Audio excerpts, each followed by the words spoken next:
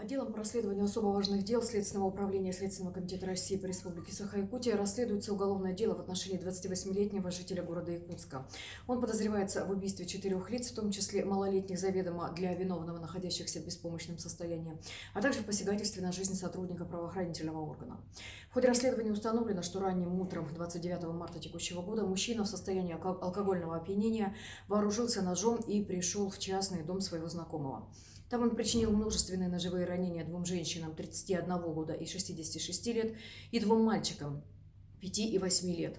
От полученных травм потерпевшие скончались на месте происшествия, а подозреваемый скрылся. В ходе совместной работы следователей и сотрудников полиции через непродолжительное время его причастность к совершению данного преступления была установлена.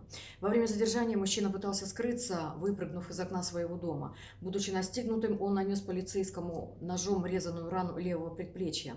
Пострадавшему оказана медицинская помощь, угрозы его жизни нет. Подозреваемый допрошен об обстоятельствах совершенных преступлений. Свою вину в совершенных деяниях он признал. В настоящее время он помещен в изолятор временного содержания. Следователям готовятся необходимые документы для направления в суд ходатайства об избрании в отношении него меры пресечения в виде заключения под стражу.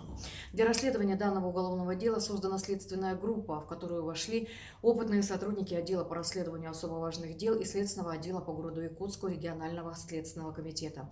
Устанавливаются мотив и все обстоятельства произошедшего. Ход следствия находится на контроле.